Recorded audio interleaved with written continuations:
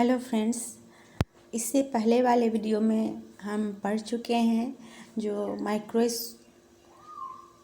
सूक्ष्म जीवों के कितने प्रकार होते हैं, उसके कितने वर्गों में बांटा गया है तथा वायरस से कौन सी डिजीज़ होती है, बैक्टीरिया से कौन सा डिजीज़ होता है, प्रोटोजोआ से कौन सा डिजीज़ होता है। ये इसके पहले वाले वीडियो में हम लोग पढ़ चुके हैं। तो आज हम फिर आगे पढ़ते हैं। ये देखिए फ्रेंड्स, जो स्पाइरल बैक्टीरिया हैं, जीवाणु हैं, वो इस प्रकार के होते हैं।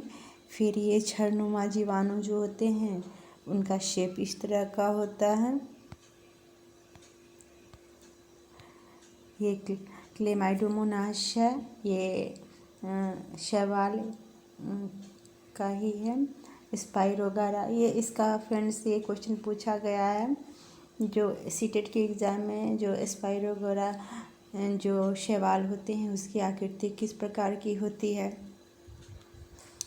ये फ्रेंड्स अमीबा है। ये पैरामेशियम है जो आपके स्लीपर के आकार का होता है, यानी चप्पल के आकार का होता है।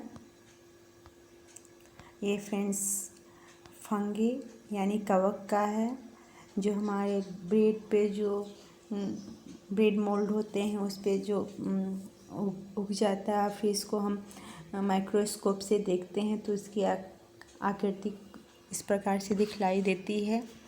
ये पेनिसिलिन है फ्रेंड्स। ये स्पाइरजिलस का पिक्चर है फ्रेंड्स। ये भी एक पिक्चर है, ये विषाणु का है। अभी जो हम लोगों का कोविड का जो चला हुआ है तो कुछ इसी तरह का आकृति देखने को मिलता है। तब ये पढ़ते हैं फ्रेंड्स, सूक्ष्म जीव कहाँ रहते हैं। सूक्ष्म जीव एक कोशिकीय होता है फ्रेंड्स। ये पूछा हुआ है जो सूक्ष्म जीव जो होते हैं वो कैसे होते हैं, यूनिसेलुलर होते हैं या मल्टीसेलुलर होते हैं। तो सूक्ष्म जीव जो होते हैं वो एक कोशिकीय होते हैं, जैसे कि जीवाणु, कुछ शैवाल एवं प्रोटोजोआ, अथवा बहुकोशिकीय जैसे कि कई शैवाल एवं कवक। तो फ्रेंड्स जो यूनिसेलुलर में क्या आ जाएगा, तो बैक्टीरिया और कुछ शैवाल आ जाएंगे एवं प्रोटोजोआ, तथा मल्टीसेलुलर में जो है बहुकोशिकीय में कई शैवाल एवं फंगी आएंगे। या बर्फीले शीत से उस स्रोत तक हर प्रकार की परिस्थिति में जीवित रहते हैं।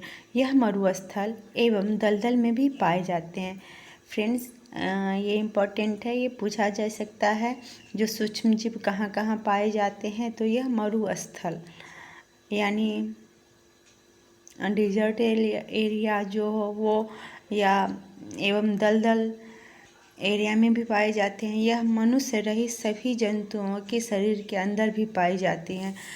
ये मनुष्य सहित, यह फ्रेंड्स यह मानव के शरीर में भी होता है और जितने भी जो जंतु हैं उनके शरीर में भी ये पाए जाते हैं। कुछ सूक्ष्म जीव दूसरे सजीवों पर आश्रित होते हैं, जबकि कुछ अन्य स्वतंत्र रूप से पाए जाते हैं। अमीबा जैसा सूक्ष्म जीव अकेले ही रह सकता है, जबकि कवक एवं जीवाणु समूह में रहते हैं। फ्रेंड्स ये पूछा जा सकता है जो अमीबा कैसे रहता है, तो अमीबा जो है वो अकेले रह सकता है, जबकि फंगी एवं बैक्टीरिया जो हैं ये ग्रुप में रहते हैं।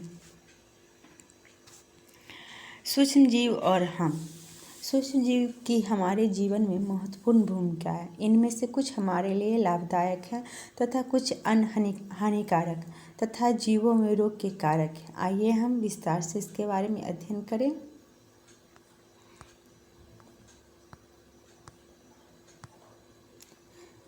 यानी फ्रेंड्स सूक्ष्म जीव के बारे में पढ़ेंगे। मित्रवत सूक्ष्म जीव विभिन्न कार्यों में उपयोग किए जाते हैं। इनका उपयोग दही, ब्रेड एवं केक बनाने में होता है। तो फ्रेंड्स, ये भी वेरी इम्पोर्टेंट है। जो सूक्ष्म जीव का काम किस किस में होता है, तो इसका उपयोग हम दही बनाने में यानी कर्ड, ब्रेड एवं केक बनाने में किया जाता है। प्राचीन काल में से ही सूक्ष्म जीवों का उपयोग अल्कोहल बनाने में होता है। Very important. सूक्ष्म जीवों का उपयोग जो है प्राचीन काल में भी अल्कोहल बनाने यानी शराब बनाने में किया जाता था। फ्रेंड्स, पर्यावरण को स्वच्छ रखने के लिए भी इनका उपयोग किया जाता है, यानी ये हमारे लिए फ़ायदेमंद भी होते हैं। इससे हमारा एनवायरनमेंट क्या होता है, क्लीन रहता है, स्वच्छ रहता है। उदाहरण के लिए कार्बनिक अवशिष्ट जैसे सब्जियों के छिलके, जंतु अवशेष, विष्ट आदि का अपघटन जीवाणु द्वारा ही किया जाता है, यानी इसका डिकम्पोज किया जाता है। किसके द्वारा, तो जीवाणु के द्वारा इस सब का डिकम्पोजिशन किया जाता है तथा हानि रहित पदार्थ बनते हैं। स्मरण कीजिए, जीवाणुओं का उपयोग औषधि उत्पादन एवं कृषि में मृदा की उर्वरता में वृद्धि करने में किया जाता है। यानी फ्रेंड, जो एग्रीकल्चर का जो सॉइल होता है उसकी फर्टिलाइजेशन की वृद्धि करने के लिए, यानी उसमें ज़्यादा ग्रोथ करने के लिए भी इसका उपयोग किया जाता है, जिसे नाइट्रोजन स्थिरीकरण कहते हैं। तो मृदा की उर्वरा शक्ति जो बढ़ाने में जो उपयोग किया जाता है, तो उससे क्या कहते हैं, तो उससे नाइट्रोजन स्थिरीकरण कहते हैं। नेक्स्ट फ्रेंड, दही एवं ब्रेड का बनना। अब देखिए दही और ब्रेड कैसे बनता है। ऑलरेडी क्लास 7th में आप पढ़ चुके हैं कि जीवाणु दूध को दही में परिवर्तित करता है। तो फ्रेंड्स, ये इम्पोर्टेंट है।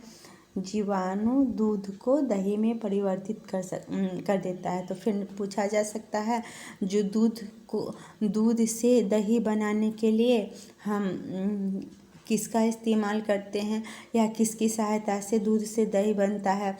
जैसे ऑप्शन फर्स्ट में दे देगा कवक, ऑप्शन बी में दे देगा शैवाल, ऑप्शन सी में दे देगा जीवाणु, ऑप्शन डी में दे देगा ऑल। तो फ्रेंड्स, उसमें से राइट आंसर क्या हो जाएगा, तो जीवाणु।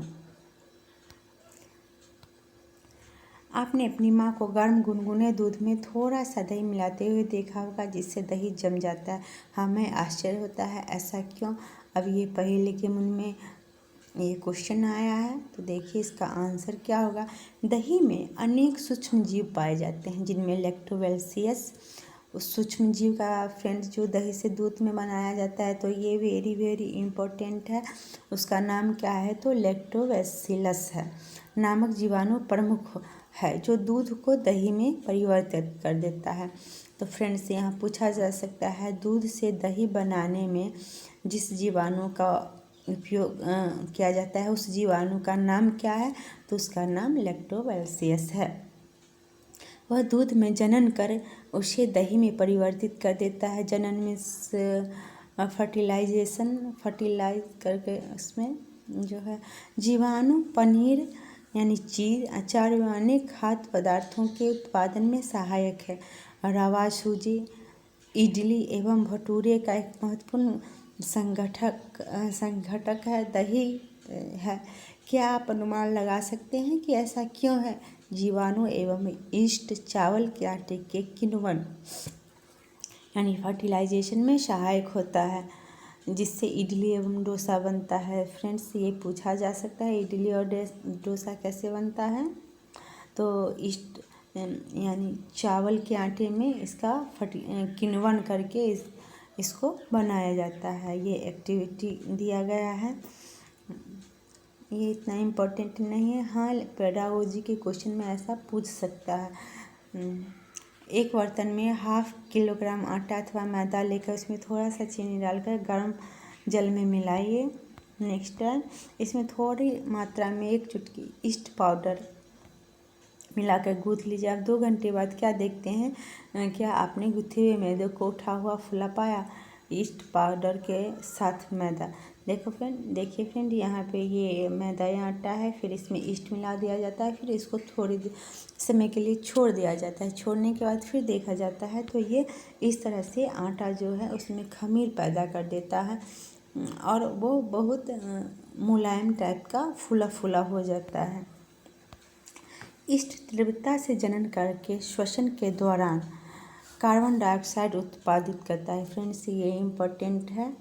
जो ईस्ट जब जनन करके श्वसन के दौरान कौन सा गैस उत्पन्न करता है, तो ये कार्बन डाइऑक्साइड गैस उत्पादित करता है।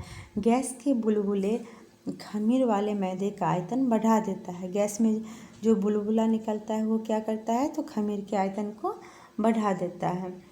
उद्योग में ईस्ट के उद्योग बढ़ा देते हैं। यह बेकिंग उद्योग में ईस्ट का उपयोग का आधार है, जिसमें ब्रेड, पेस्ट्री एवं केक बनाए जाते हैं। हम लोग जो ब्रेड, पेस्ट्री और केक ये सब जो खाते हैं, तो उसमें क्या ईस्ट मिला के उसका ये बढ़ा दिया जाता है। अब नेक्स्ट है फ्रेंड, सूक्ष्म जीवों का वाणिज्यिक उपयोग यानी कॉमर्शियल में इसका क्या क्या यूज होता है, इसके बारे में है। बड़े स्तर पर अल्कोहल, शराब एवं एसिटिक एसिड के उत्पादन में सूक्ष्म जीवों का उपयोग किया जाता है। जौ, गेहूँ, चावल एवं फलों के रस में उपस्थित प्राकृतिक शर्करा में ईस्ट द्वारा अल्कोहल एवं शराब का उत्पादन किया जाता है। शराब का उत्पादन फिर देखिए बहुत बड़े पैमाने पर होता है, तो इसमें भी सूक्ष्म जीव का उपयोग किया जाता है। यहाँ पे इसका एक्टिविटी दिया हुआ है।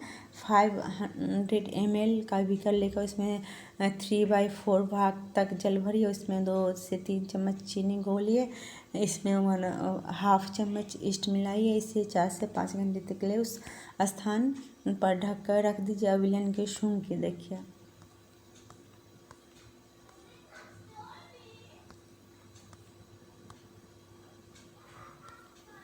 यह गंध एल्कोहल की है और उसमें जो छोड़ने के बाद उसमें से जो स्मेल निकलता है वो किसका हो जाता है, तो ये एल्कोहल का हो जाता है, जो चीनी के अल्कोहल में परिवर्तित करने के कारण होता है। क्या होता है फ्रेंड, इसमें चीनी का जो है वो अल्कोहल में वो परिवर्तन हो जाता है, यानी चेंज हो जाता है, चेंज होने का कारण बन जाता है। चीनी के अल्कोहल में परिवर्तन की यह क्रिया किण्वन यानी फर्मेंटेशन कहलाता है। ये चीनी का जो अल्कोहल में परिवर्तन होता है फ्रेंड, उसको क्या कहते हैं, तो फर्मेंटेशन कहते हैं। फ्रेंड्स, ये पूछा जा सकता है जो फर्मेंटेशन किसे कहते हैं। अब लुई पास्चर ने किण्वन की खोज 1857 में की। ये फ्रेंड्स क्वेश्चन पूछा जा सकता है जो फर्मेंटेशन की खोज किसने की, तो फर्मेंटेशन की खोज लुई पास्चर ने की। ये भी पूछा जा सकता है जो लुई पास्चर ने फर्मेंटेशन की खोज कब की, तो 1857 में की। औषधि सूक्ष्म जीवों के औषधीय उपयोग यानी मेडिसिनियल पर्पस से इसका यूज़ के बारे में बतलाया गया है। जब कभी आप बीमार पड़ते हैं तो डॉक्टर आपको पेनिसिलिन का इंजेक्शन देते हैं अथवा कोई अन्य प्रतिजैविक यानी एंटीबायोटिक की गोली अथवा कैप्सूल लेते हैं। इन औषधियों का स्रोत सूक्ष्म जीव है। फ्रेंड्स, जो हम लोगों को इंजेक्शन पेनिसिलिन का इंजेक्शन या एंटीबायोटिक का जो कैप्सूल हमें दिया जाता है, तो ये किससे बनाए जाते हैं, तो ये सूक्ष्म जीव से बनाए जाते हैं।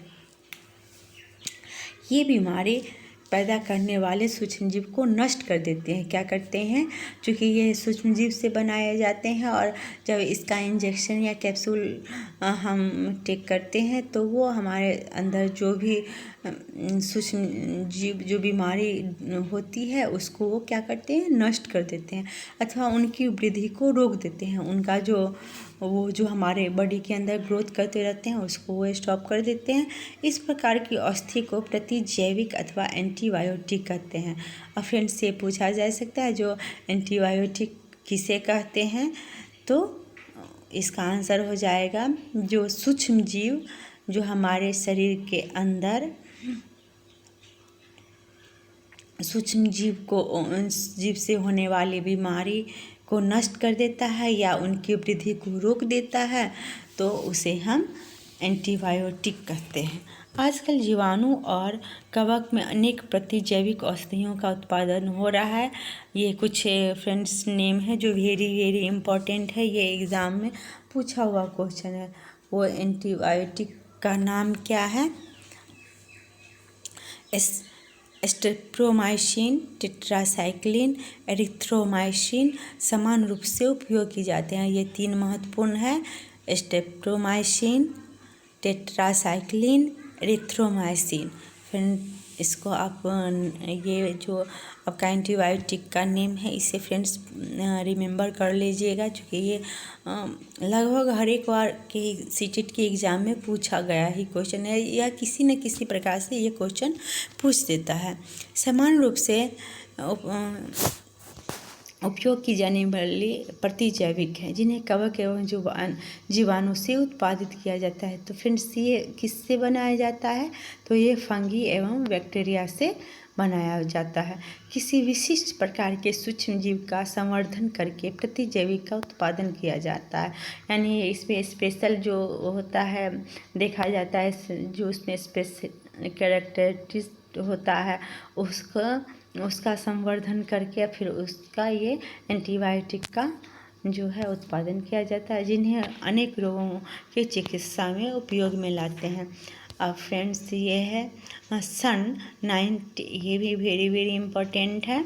सन 1929 में यानी 1929 में अलेक्जेंडर फ्लेमिंग रोगों से बचाव हेतु एक संवर्धन प्रयोग कर रहे थे। अचानक उन्होंने संवर्धन तस्तरी पर हरे रंग की फफूंद के छोटे जीवाणु देखे।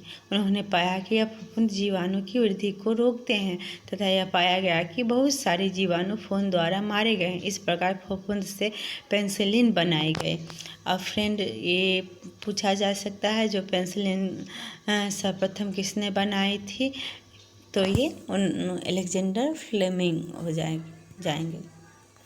फ्रेंड्स तो आज के लिए इतना ही। अब नेक्स्ट वीडियो में हम इससे आगे का पढ़ेंगे, तो प्लीज़ मेरे चैनल को लाइक एंड सब्सक्राइब कर लीजिएगा और यह वीडियो आपको कैसा लगा प्लीज़ अपने कमेंट में लिखिएगा।